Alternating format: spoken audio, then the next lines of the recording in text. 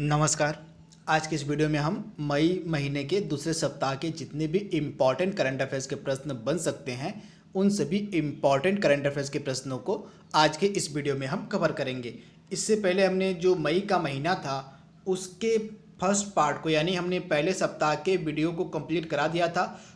पहले सप्ताह के करंट अफेयर्स के वीडियो में हमने उन सभी इम्पॉर्टेंट करंट अफेयर्स के प्रश्नों को कवर करा दिया था जो कि मई महीने के पहले सप्ताह के बन सकते थे, तथा आज के इस वीडियो में हम मई महीने के दूसरे सप्ताह के कुछ इम्पॉर्टेंट करंट अफेयर्स के प्रश्नों को और कवर करेंगे।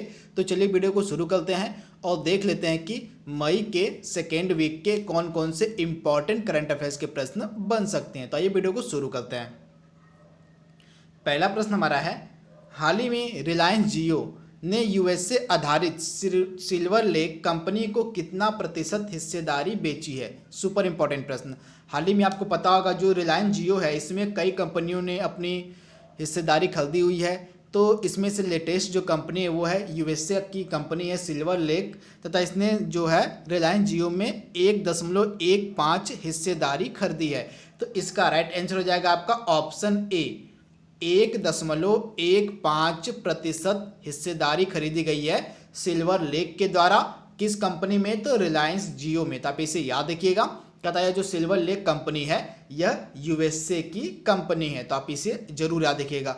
इससे पहले फेसबुक ने भी इसमें अपनी कुछ हिस्सेदारी खरीदी थी, लगभग 9.9%। आप याद रखिएगा, इससे पहले फेसबुक ने रिलायंस जियो में 9.9% हिस्सेदारी खरीदी थी। उसके बाद एक और कंपनी बनी थी विस्टा, आप इसे याद देखिएगा, विस्टा ने भी जो है रिलायंस जियो में 2.32% हिस्सेदारी खरीदी थी। तो ये तीन इंपॉर्टेंट कंपनियां हैं जिन्होंने हाल ही में रिलायंस जियो में हिस्सेदारी खरीदी हुई है। मैंने आगे लिखा भी हुआ यहाँ पे, आप देख रहे हैं। रिलायंस जियो ने जो है 9.9% हिस्सेदारी फेसबुक को बेची है। उसके बाद 1.15% जो हिस्सेदारी है यूएसए कंपनी सिल्वर लेक को बेची है, और 2.32% जो हिस्सेदारी है वो विस्टा कंपनी को बेची है रिलायंस जियो ने। तो आप इसे याद रखिएगा, ये जो इम्पॉर्टेंट हिस्सेदारी खरीदी गई आपके एग्जाम के लिए काफ़ी इम्पॉर्टेंट है। इसके बाद अगला प्रश्न हमारा है, हाल ही में अंतर्राष्ट्रीय पुनर्निर्माण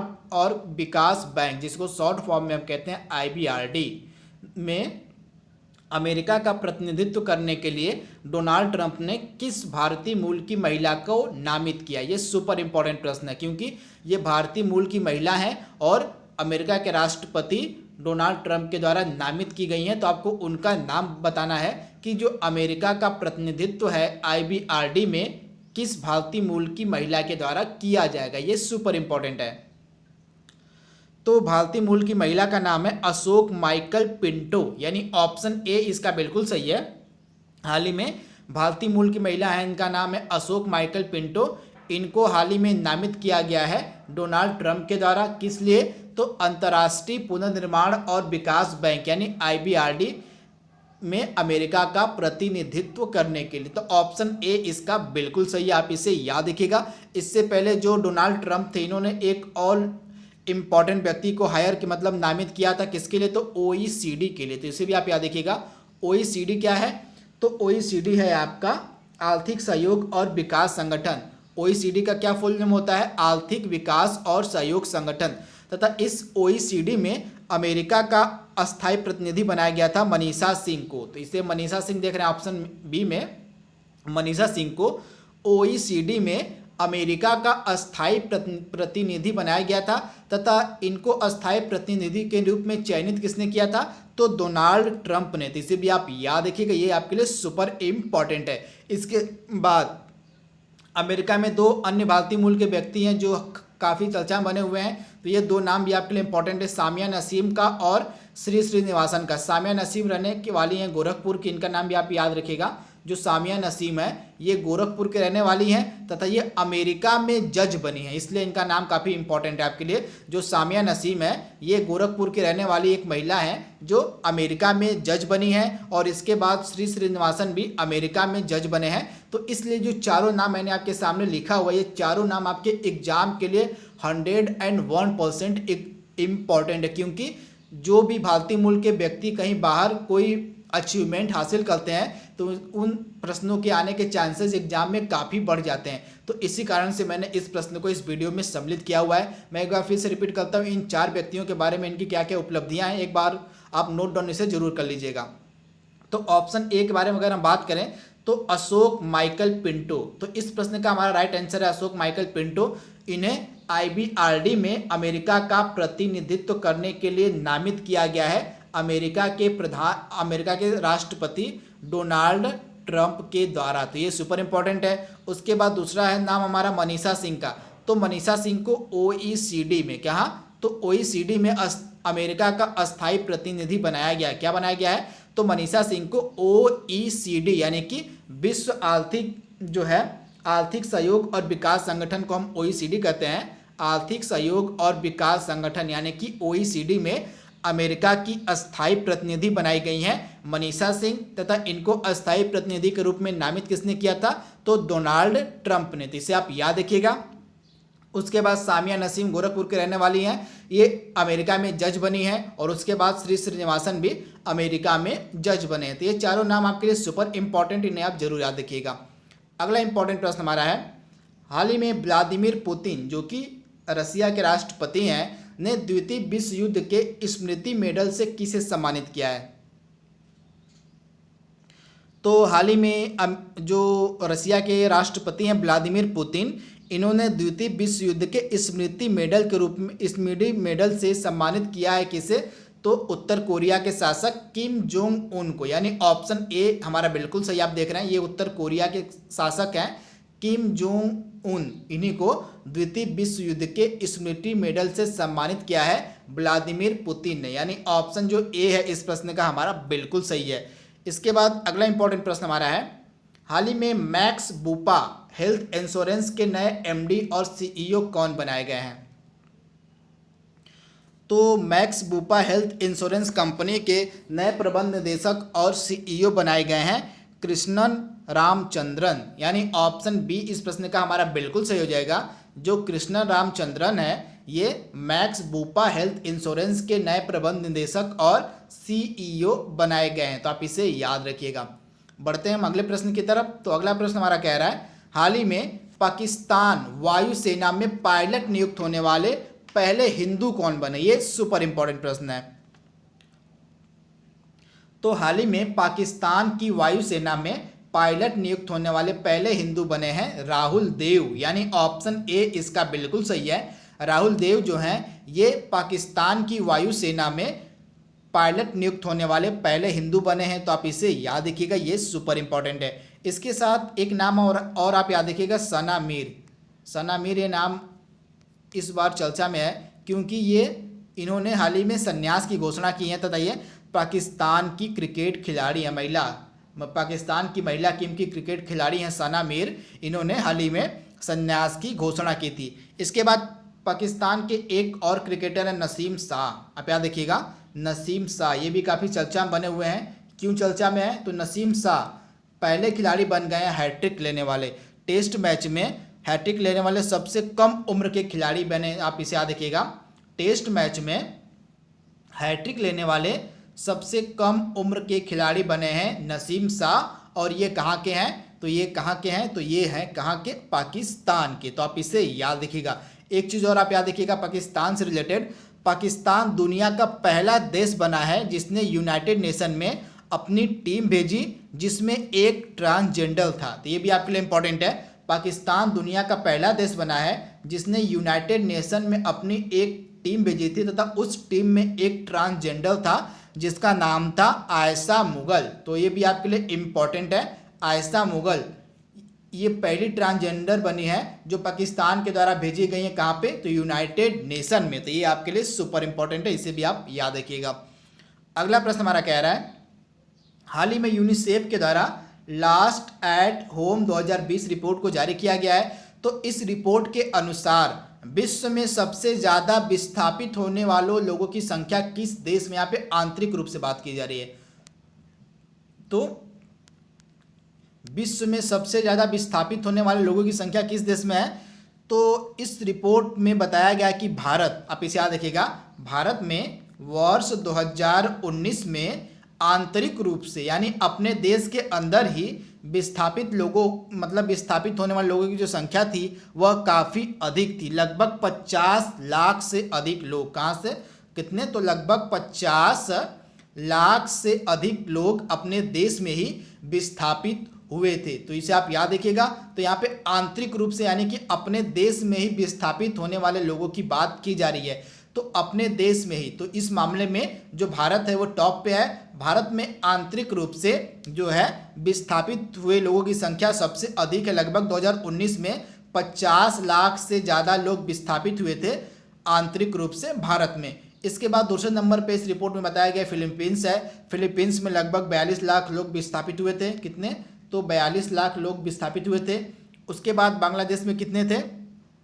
तो बांग्लादेश, ये बस आप याद रखिएगा, बांग्लादेश इसमें तीसरे स्थान पे विस्थापित होने वाले लोगों की संख्या में, और चौथे स्थान पे आपको चीन मिलेगा। तो पहले स्थान पे जो है भारत है, दूसरे स्थान पे फिलीपींस है, तीसरे स्थान पे बांग्लादेश है, और चौथे स्थान पे आपको चीन मिलेगा। तो आप इसे याद रखिएगा।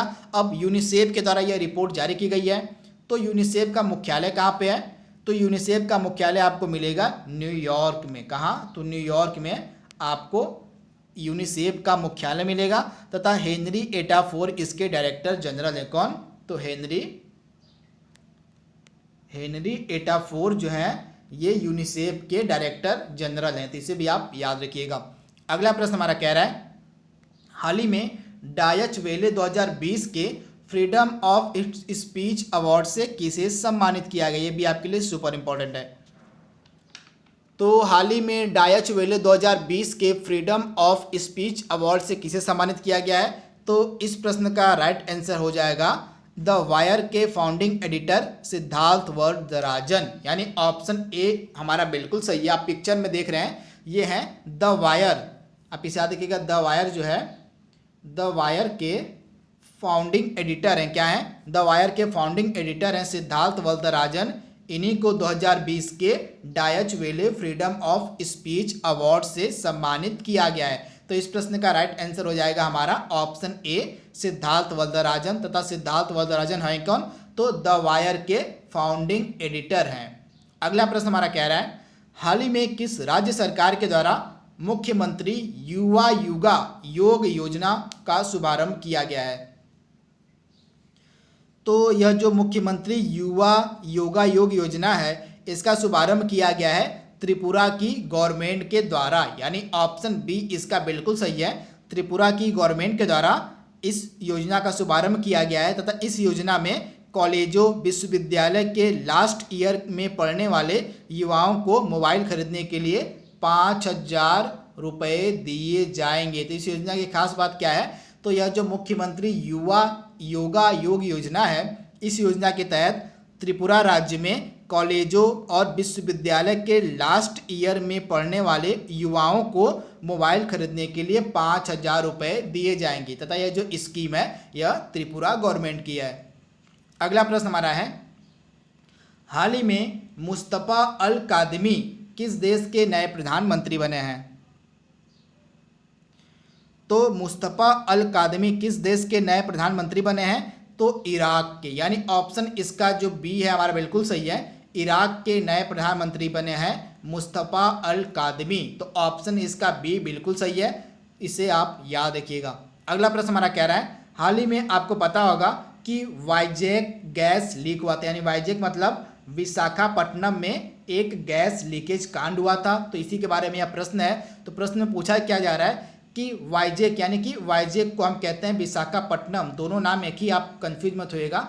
वाइजैक को विशाखापट्टनम के नाम से ही जाना जाता है। तो वाइजैक में यानी विशाखापट्टनम में एक एलजी पॉलीमर इंडस्ट्री थी, तथा इस इंडस्ट्री से जो हाल ही में गैस रिसाव हुआ था, तो आपसे पूछा जा रहा है कि इस एलजी पॉलीमर इंडस्ट्री से कौन सी गैस का रिसाव हुआ था सिंपली। तो जो एलजी पॉलीमर इंडस्ट्री थी यह थी विशाखापट्टनम में। विशाखापट्टनम को हम वाइजैक के नाम से भी जानते हैं, इसको वाइजैक के नाम से भी जाना जाता है, विशाखापट्टनम को, इसे आप याद रखिएगा। तथा जो एलजी पॉलीमर इंडस्ट्री थी इससे कौन सी गैस लीक की थी? तो स्टायरीन, यानी ऑप्शन इसका बी हमारा बिल्कुल सही है। स्टायरीन नामक गैस का लीकेज हुआ था एलजी पॉलीमर इंडस्ट्री से, तो आप इसे याद रखिएगा। तथा इसका एक नाम और है जो आपके एग्जाम में पूछा जा सकता है, तो दोनों नाम आप याद रखिएगा। स्टायरीन को हम बिनाइल बेंजीन गैस के नाम से भी जानते हैं। किस गैस के नाम से? तो बिनाइल बेंजीन, इसका दूसरा नाम है स्टायरीन गैस का। तो दोनों आपके लिए इंपॉर्टेंट है। अगर स्टायरीन की जगह आपके एग्जाम में बिनाइल बेंजीन आ जाए तो इसे भी आप याद रखिएगा। आपको कंफ्यूज करने के लिए स्टायरीन की जगह बिनाइल बेंजीन भी आपको एग्जाम में दे सकता है। तो दोनों नाम आप याद रखिएगा, दोनों में से कोई एक आपके एग्जाम में पूछा जा सकता है। इसके साथ यह जो एलजी पॉलीमर इंडस्ट्री है यह कहाँ पे है? तो मैंने आपको बताया विशाखापट्टनम यानी कि वाइजैक में है। तथा यह दक्षिण कोरिया की कंपनी है। कहाँ की? यह साउथ कोरिया की कंपनी है एलजी पॉलीमर इंडस्ट्री। तो इसे भी आप याद रखिएगा। अगला इंपॉर्टेंट प्रश्न हमारा कह रहा है, हाल ही में किस समुदाय के लोगों के द्वारा वैसाख दिवस मनाया गया? तो जो वैसाख दिवस है यह प्रतिवर्ष किस समुदाय के लोगों के द्वारा मनाया जाता है? तो प्रतिवर्ष बौद्ध समुदाय के लोगों के द्वारा जो है वैसाख दिवस को मनाया जाता है। तो इस प्रश्न का राइट आंसर हो जाएगा हमारा ऑप्शन सी, यानी कि बौद्ध समुदाय के लोगों के द्वारा प्रतिवर्ष वैसाख दिवस मनाया जाता है। अगला प्रश्न हमारा कह रहा है, हाल ही में किस राज्य सरकार के द्वारा संजीवनी वाहन का निर्माण किया गया है? Super important. तो हाल ही में संजीवनी वाहन का जो निर्माण है यह मध्य प्रदेश की सरकार के द्वारा किया गया है। तो इस प्रश्न का राइट आंसर हो जाएगा ऑप्शन ए, यानी मध्य प्रदेश की सरकार के द्वारा संजीवनी वाहन का निर्माण किया गया है। तथा ये जो संजीवनी वाहन है ये मध्य प्रदेश के छतरपुर में, कहाँ? तो मध्य प्रदेश के छतरपुर में संजीवनी वाहन का निर्माण किया जा रहा है। तो इसे भी आप याद रखिएगा, मोस्ट इम्पॉर्टेंट। इसके साथ संजीवनी वाहन से रिलेटेड कुछ अन्य स्कीम है जो लेटेस्ट में चलाई गई हैं। आपको कन्फ्यूजन ना हो तो इसके बारे में मैं आपको बता देता हूँ, नोट डाउन कर लीजिएगा। सबसे पहले आप याद रखिएगा, संजीवनी वाहन का संबंध है मध्य प्रदेश से। मध्य प्रदेश के छतरपुर में संजीवनी वाहन बनाए जा रहे हैं। इसके बाद हिमाचल प्रदेश की जो सरकार है, हिमाचल प्रदेश की जो गवर्नमेंट है उसने ई संजीवनी, आप याद रखिएगा, हिमाचल प्रदेश की गवर्नमेंट जो है उसने ई संजीवनी नामक ओपीडी की शुरुआत की थी। तो इसे आप याद रखिएगा, ई संजीवनी जो ओपीडी है यह हिमाचल प्रदेश की गवर्नमेंट के द्वारा शुरू की गई थी। तथा इसके बाद एक आरोग्य संजीवनी नामक बीमा स्कीम चलाई गई थी। आप इसे याद रखिएगा, आरोग्य संजीवनी यह एक बीमा स्कीम है। किसके द्वारा चलाई गई थी? तो यह चलाई गई थी इरडा के द्वारा। किसके द्वारा? तो IRDAI यानी बीमा नियामक प्राधिकरण जो है इरडा, इसी के द्वारा आरोग्य संजीवनी नामक जो है बीमा स्कीम चलाई गई थी। तो इसे भी आप याद रखिएगा, कंफ्यूज मत कीजिएगा। तथा इसके साथ एक लेटेस्ट में ऑपरेशन संजीवनी भी चलाया गया था। तो ऑपरेशन संजीवनी जो है इसके तहत हमने मालदीव को दवाइयाँ पहुँचाई थी। तो इसे भी आप याद रखिएगा, मालदीव को दवाइयाँ पहुँचाने के लिए भारत सरकार के द्वारा ऑपरेशन संजीवनी भी चलाया गया था। तो आई होप आपको क्लियर हो गया होगा। तो संजीवनी जो जहाँ भी शब्द आए तो आप कंफ्यूज मत होइएगा, अलग अलग संस्थाओं के द्वारा, अलग अलग राज्य के द्वारा स्कीम्स जो हैं चलाई गई थी संजीवनी से रिलेटेड। आप कंफ्यूज बिल्कुल मत होइएगा। अगला प्रश्न हमारा कह रहा है, हाल ही में किस देश ने टोमन को अपने देश की नई मुद्रा बनाई है? तो एक टोमन इक्वल टू होता है 10,000 रियाल। तो ये आप याद रखिएगा, सबसे पहले एक टोमन बराबर कितना होता है? तो एक टोमन बराबर होता है 10,000 रियाल। तो यह जो टोमन करेंसी है किस देश की नई करेंसी है? तो ईरान की नई करेंसी है टोमन। तो आप इसे याद रखिएगा, ईरान ने अपनी नई मुद्रा बनाई है टोमन। तो इसे आप याद रखिएगा। तथा हाल ही में जो ईरान है, इस ईरान देश ने नूर नामक सैटेलाइट भी लॉन्च किया था। इसने एक नूर जो है यह मिलिट्री सैटेलाइट, इसे आप याद रखिएगा, नूर जो है यह एक मिलिट्री सैटेलाइट इसे लॉन्च किया था। इसके बाद जफर वन नामक सैटेलाइट भी लॉन्च किया गया था ईरान के द्वारा। तथा सुरैना नामक रॉकेट, आप इसे याद रखिएगा, सुरैना नामक रॉकेट भी बनाया, सुरैना नामक रोबोट भी बनाया गया है। किसके द्वारा?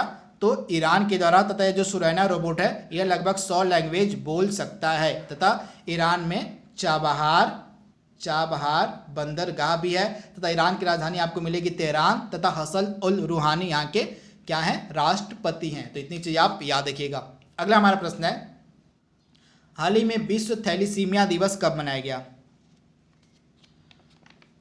तो हाल ही में जो विश्व थैलीसीमिया दिवस है यह कब मनाया गया? तो प्रतिवर्ष 8 मई के दिन, आप याद रखिएगा, प्रतिवर्ष 8 मई के दिन जो है पूरे विश्व में विश्व थैलेसीमिया दिवस को मनाया जाता है। तो आप इसे याद रखिएगा, ऑप्शन इसका सी हमारा बिल्कुल सही है। विश्व थैलेसीमिया दिवस जो है यह प्रतिवर्ष 8 मई के दिन मनाया जाता है। तो आप याद रखिएगा, मोस्ट इम्पॉर्टेंट। अगला हमारा है, हाल ही में किस राज्य की सरकार ने राज्य के सरकारी कर्मचारियों की सेवानिवृत्ति यानी कि रिटायरमेंट की जो एज है उसको बढ़ाकर 59 वर्ष कर दिया है?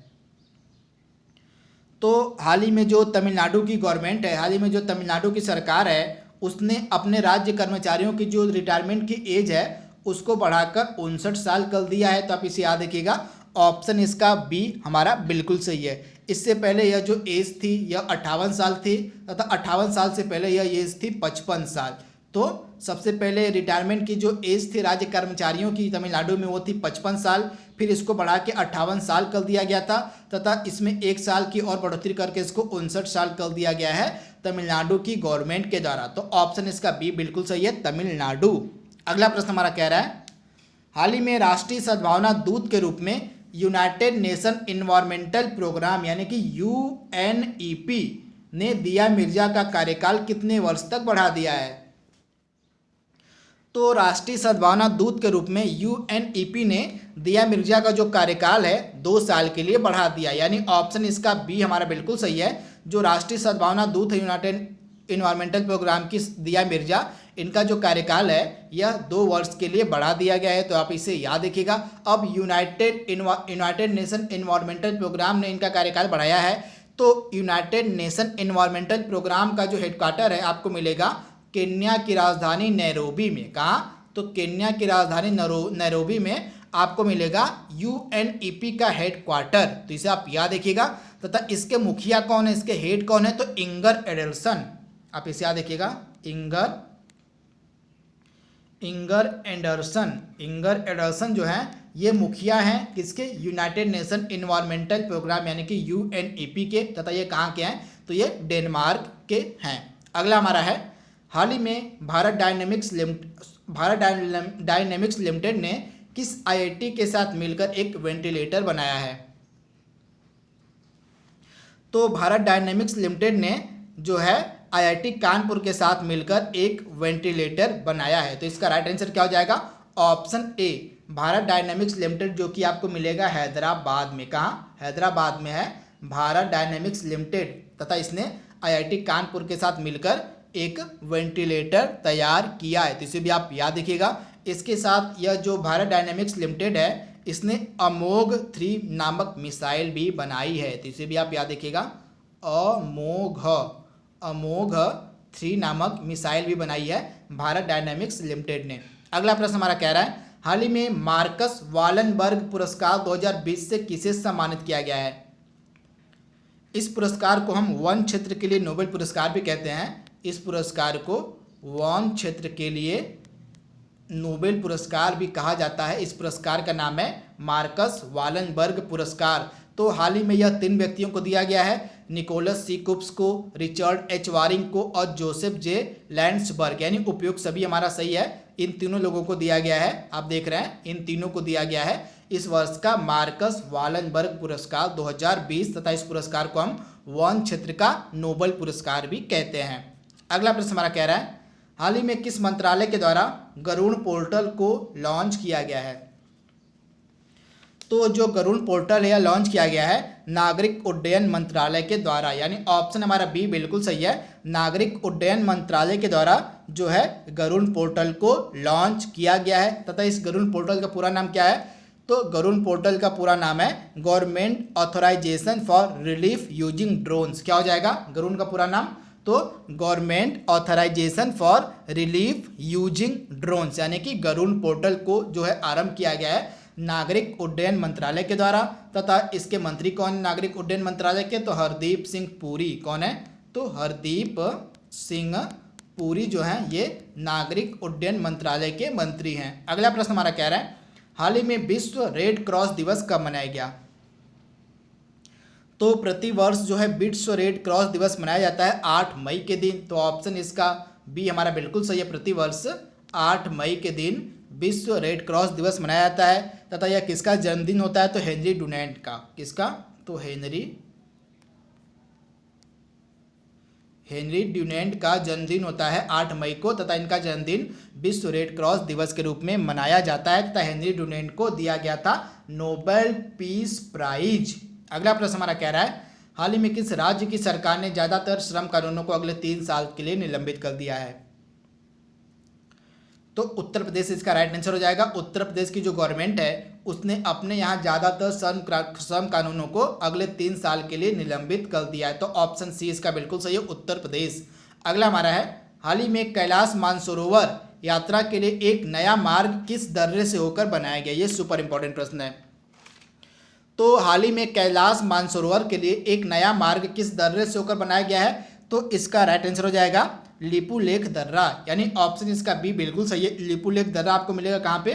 तो उत्तराखंड में आपको मिलेगा लिपुलेख दर्रा, तथा यहीं से होकर कैलाश मानसरोवर यात्रा के लिए बनाया गया है एक नया रास्ता। तो इसे आप याद रखिएगा। तथा जिसका उद्घाटन किया है किसने? तो राजनाथ सिंह ने। इससे पहले कैलाश मानसरोवर यात्रा जो होती थी किस दर्रे से होकर होती थी? नाथुला दर्रा से। इससे पहले नाथुला दर्रा से कैलाश मानसरोवर की यात्रा होकर की, मतलब नाथुला दर्रा से कैलाश मानसरोवर की जो यात्रा है वो की जाती थी। अगला हमारा है, हाल ही में महाराणा प्रताप की कौन सी जयंती मनाई गई? ये सुपर इंपॉर्टेंट प्रश्न है।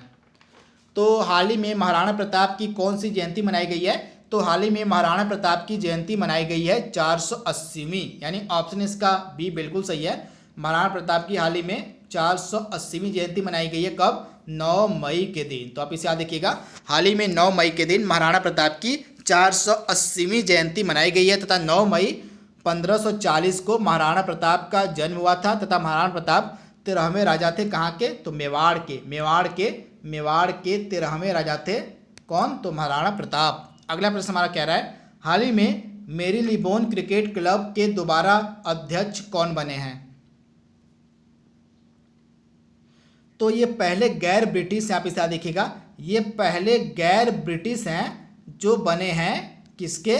मेरीलिबोन क्रिकेट क्लब के अध्यक्ष। तो इनका नाम है कुमार संगकारा। तथा ये दोबारा कार्यकाल के रूप में भी इन्हें चयनित कर दिया गया अध्यक्ष के रूप में मेरीलिबोन क्रिकेट क्लब के। जिसे भी आप याद रखिएगा, ये पहले गैर ब्रिटिश बने थे जो मेरीलिबोन क्रिकेट क्लब के अध्यक्ष बने थे। इनका नाम है कुमार संगकारा। तथा इनका जो कार्यकाल है अब दोबारा स्टार्ट हो चुका है अध्यक्ष के रूप में मेरीलिबोन क्रिकेट क्लब के। तथा ये श्रीलंका के क्रिकेट खिलाड़ी हैं, पूर्व। अगला हमारा है, हाल ही में प्रत्येक जिले में वेंटिलेटर के साथ बेड की सुविधा प्रदान करने वाला पहला राज्य कौन बना है? तो प्रत्येक जिले में वेंटिलेटर के साथ बेड की सुविधा प्रदान करने वाला देश का पहला राज्य बना है उत्तर प्रदेश, यानी ऑप्शन इसका बी बिल्कुल सही है। प्रत्येक जिले में वेंटिलेटर के साथ बेड की जो सुविधा है ये मुहैया कराने वाला देश का पहला राज्य बन गया है उत्तर प्रदेश। तो आप इसे याद रखिएगा, ऑप्शन इसका बी बिल्कुल सही है।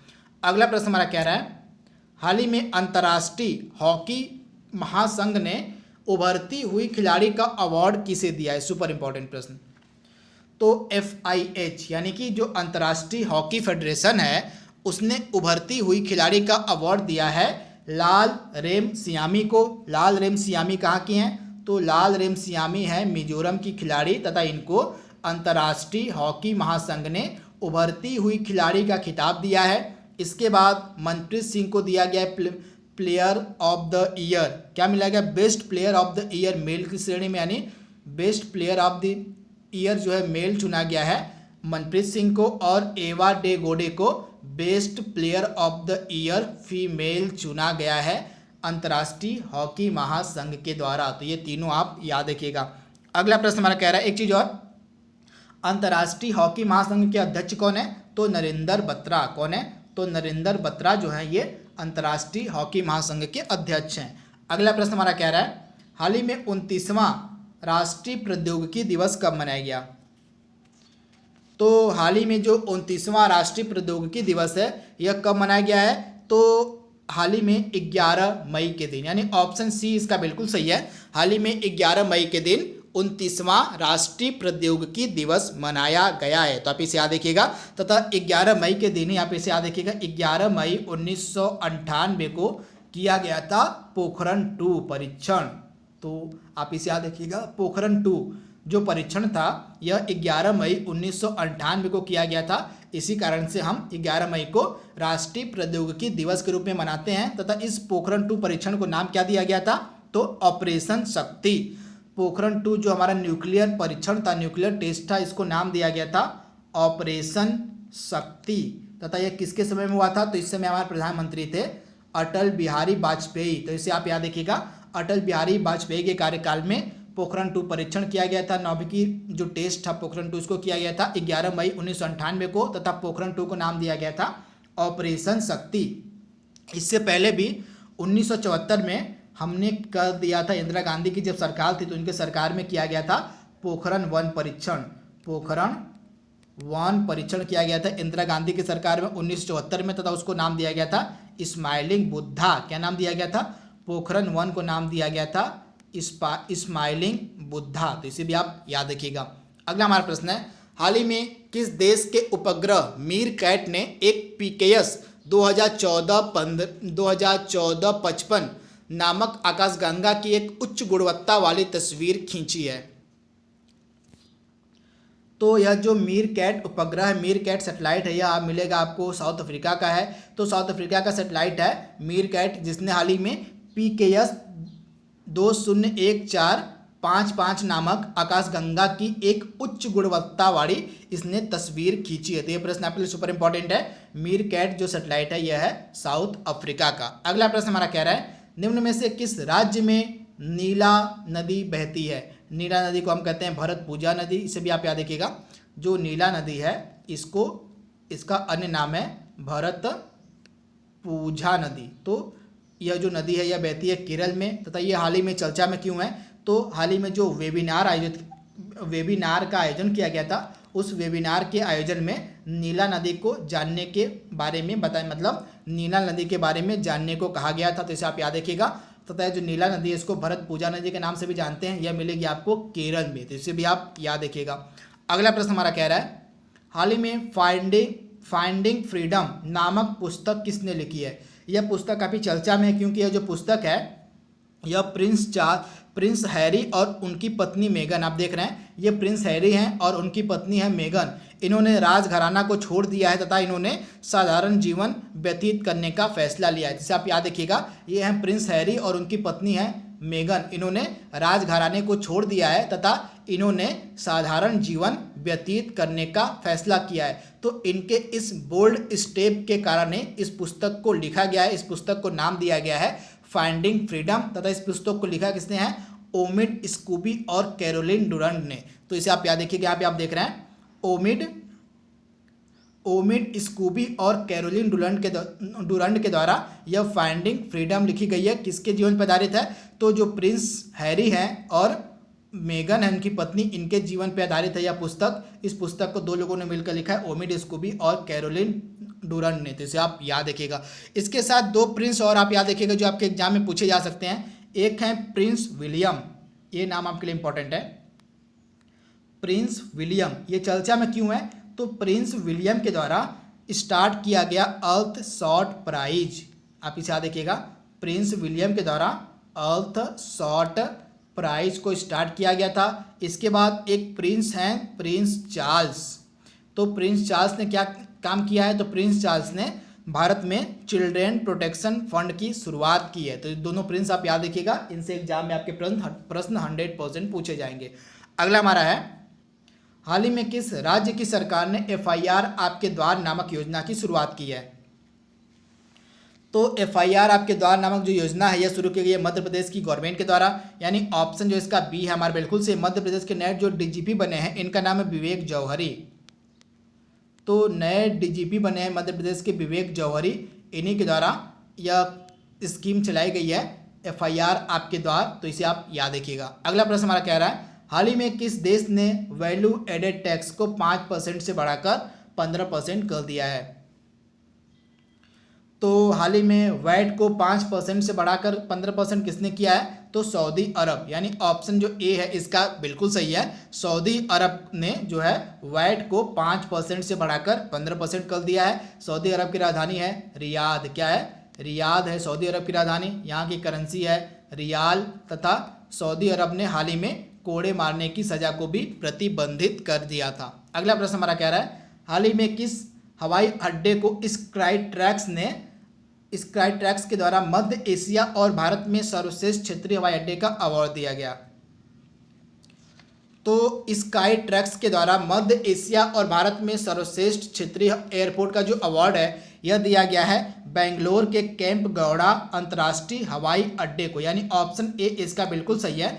बेंगलोर का जो कैंप गौड़ा अंतर्राष्ट्रीय हवाई अड्डा है इसको स्काईट्रैक्स के द्वारा मध्य एशिया और भारत में सबसे सर्वश्रेष्ठ क्षेत्रीय एयरपोर्ट का अवार्ड दिया गया है। तो ये जो कैंप गौड़ा हवाई अड्डा है यह आपको मिलेगा बेंगलोर में, तो इसे आप याद रखिएगा, इसी को यह अवार्ड दिया गया है। इसके बाद कुछ अन्य हवाई अड्डे भारत के हैं जो न्यूज में थे। सबसे पहले आप याद रखिएगा इंदिरा गांधी अंतर्राष्ट्रीय हवाई अड्डा जो आपको मिलेगा नई दिल्ली में। इसकी क्या खास बातें हैं? तो यह first single use plastic free airport बना था। क्या? तो first single used plastic free airport बना था यह इंदिरा गांधी अंतर्राष्ट्रीय एयरपोर्ट। इसके बाद इंदिरा गांधी अंतर्राष्ट्रीय एयरपोर्ट पे चलाई गई थी scheme service women with wheel. कौन सी स्कीम चलाई गई थी?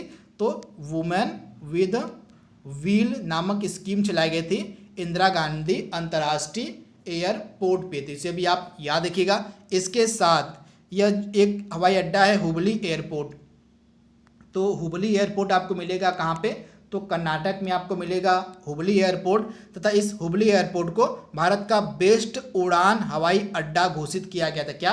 तो भारत का सबसे बेस्ट उड़ान हवाई अड्डा घोषित किया गया था हुबली एयरपोर्ट को। हुबली एयरपोर्ट मिलेगा आपको कर्नाटका में। तथा भारत की जो सरकार है उसका लक्ष्य है 2024 तक 100 नए हवाई अड्डे बनाने का लक्ष्य है भारत की सरकार के द्वारा। तथा भारत का 100वां जो हवाई अड्डा है वह बनाया गया था पैंगयोंग। क्या है? तो पैंगयोंग हवाई अड्डा जो कि सिक्किम में है यह भारत का 100वां हवाई अड्डा बना था। अगला प्रश्न हमारा कह रहा है, हाल ही में नवीन एवं नवीकरणीय ऊर्जा मंत्रालय के सचिव के रूप में किसे नियुक्त किया गया है? तो नवीन एवं नवीकरणीय ऊर्जा मंत्रालय के सचिव के रूप में नियुक्त किया गया है इंदु शेखर चतुर्वेदी को, यानी ऑप्शन जो बी है इसका बिल्कुल सही है। जो इंदु शेखर चतुर्वेदी हैं ये नए सचिव बने हैं नवीन एवं नवीकरणीय ऊर्जा मंत्रालय के। तथा इस मंत्रालय के मंत्री कौन है? तो आर.के. सिंह। तो दोनों नाम आप याद रखिएगा।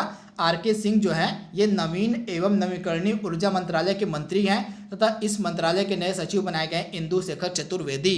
अगला प्रश्न हमारा कह रहा है, हाल ही में किस मंत्रालय के द्वारा जो है चैंपियंस पोर्टल की शुरुआत की गई है?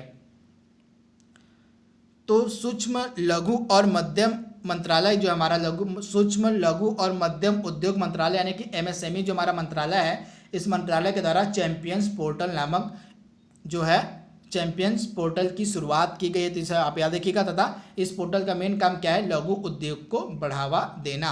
अगला प्रश्न हमारा कह रहा है, हाल ही में किस देश ने अपने देश की एक गली का नाम टैगोर स्ट्रीट रखा है? ये सुपर इंपॉर्टेंट है। तो हाल ही में किस देश ने अपनी गली का नाम टैगोर स्ट्रीट रखा है? तो इजराइल इसका राइट आंसर हो जाएगा। इजराइल ने अपने देश में एक गली का नाम रखा है टैगोर स्ट्रीट, यानी ऑप्शन ए इसका बिल्कुल सही है। हाल ही में रविंद्रनाथ की 159वीं जयंती मनाई गई थी तथा उनकी 159वीं जयंती के अवसर पे जो इजराइल देश है इसने टैगोर स्ट्रीट नामक एक गली का नाम रखा था रविंद्रनाथ टैगोर के नाम पे। तो आप इसे याद रखिएगा। इजराइल की राजधानी आपको मिलेगी जेरूसलम में। यहाँ के प्रधानमंत्री हैं बेंजामिन नेतन्याहू। इनकी पार्टी का नाम है लिकुड पार्टी। तथा यहाँ की जो ऑफिशियल करेंसी ऑफिशियल मुद्रा है वो है शेकेल। क्या है? शेकेल जो है यहाँ की ऑफिशियल करेंसी है। तथा इजराइल की जो भाषा है वो है हिब्रू भाषा इजराइल में बोली जाती है। अगला प्रश्न हमारा कह रहा है, हाल ही में लिटिल रिचर्ड का निधन हो गया है। वे निम्न में से किस संगीत शैली के जनक थे? तो रॉक एंड रोल नामक जो संगीत शैली है उसके जनक माने जाते हैं लिटिल रिचर्ड, जिनका हाल ही में निधन हो गया। तो रॉक एंड रोल संगीत शैली के जनक थे। अगला प्रश्न हमारा कह रहा है, हाल ही में एल्सा कॉर्प जो कि एक एजुकेशन कंपनी है, एल्सा कॉर्प इसके नए ब्रांड एम्बेसडर कौन बनाए गए हैं? तो एल्सा कॉर्प के नए ब्रांड एम्बेसडर बनाए गए हैं अजिंक्य रहाणे, यानी ऑप्शन ए इसका बिल्कुल से आप देख रहे हैं। अजिंक्य रहाणे जो हैं इनको एल्सा कॉर्प नामक एजुकेशन कंपनी का ब्रांड एम्बेसडर बनाया गया है, तो ऑप्शन ए इसका बिल्कुल सही है। अगला प्रश्न हमारा है, हाल ही में अंतर्राष्ट्रीय नर्स दिवस कब मनाया गया है? तो हाल ही में जो अंतर्राष्ट्रीय नर्स दिवस है यह मनाया गया 12 मई के दिन। 12 मई को होता है फ्लोरेंस नाइटिंगेल का जन्मदिन, तथा इस बार फ्लोरेंस नाइटिंगेल का 200वां जन्मदिन था। कौन सा? तो इस बार 12 मई को फ्लोरेंस नाइटिंगेल का 200वां जन्मदिन मनाया गया है, तो इसे भी आप याद रखिएगा। फ्लोरेंस नाइटिंगेल जो थी ये थी इटली की, तो इसे भी आप याद रखिएगा। तथा इस वर्ष की अंतर्राष्ट्रीय नर्स डे की थीम क्या रखी गई है? तो nursing the world to health. क्या है? Nursing the world to health इस वर्ष की थीम रखी गई थी अंतर्राष्ट्रीय नर्स दिवस की। अगला हमारा प्रश्न है, निम्न में से किस दर्रे के पास भारत और चीन के सैनिकों के बीच झड़प हुई थी? तो हाल ही में नाकुला दर्रा जो कि सिक्किम में है, नाकुला दर्रा, यहाँ पे नाथुला नहीं होगा, यहाँ पे नाकुला होगा। नाकुला दर्रा जो है यह सिक्किम में है। इसी दर्रे के पास भारत और चीन के सैनिकों के बीच झड़प हुई थी, तो आप इसे याद रखिएगा, नाकुला दर्रा। अगला हमारा है, हाल ही में पश्चिम बंगाल की सरकार के द्वारा निम्न में से किस योजना का शुभारंभ किया गया? तो हाल ही में जो पश्चिम बंगाल की सरकार है उसने 2 योजनाएं चलाई हैं। पहली योजना है प्रवासी मजदूरों के लिए, उसको नाम दिया गया स्नेह परोस योजना, और दूसरी योजना है प्रोचेष्टा योजना। तथा जो प्रोचेष्टा योजना है यह है असंगठित क्षेत्र के श्रमिकों के लिए। तो 2 योजनाएं चलाई गई हैं। जो स्नेह परोस योजना है यह जो है अप्रवासी, मतलब जो प्रवासी मजदूर हैं उनके लिए चलाई गई है, और जो प्रोचेष्टा योजना है यह असंगठित क्षेत्र के श्रमिकों के लिए चलाई गई है पश्चिम बंगाल की सरकार के द्वारा। ममता बनर्जी यहाँ की क्या है? मुख्यमंत्री हैं, राजधानी है कलकत्ता। अगला प्रश्न हमारा जो कि लास्ट प्रश्न आज का है, अटल पेंशन योजना की शुरुआत कब हुई थी? तो अटल पेंशन योजना की जो शुरुआत है 9 मई 2015 को की गई थी, तो ऑप्शन इसका ए बिल्कुल सही है। 9 मई 2015 को अटल पेंशन योजना की शुरुआत की गई थी। तो हाल ही में 2020 में जो है इसने 9 मई को 5 साल पूरे कर लिए हैं, तो इसी कारण से न्यूज में है अटल पेंशन योजना। इस पेंशन योजना की जो शुरुआत है 9 मई 2015 को की गई थी, तो आप इसे याद रखिएगा। तो दोस्तों यहाँ पे हमने मई महीने के दूसरे सप्ताह के सभी इंपॉर्टेंट करंट अफेयर्स को हमने कवर कर लिया है। आई होप आपको वीडियो पसंद आया होगा। तो आज के लिए बस इतना ही। Thank you, thanks for watching, thank you.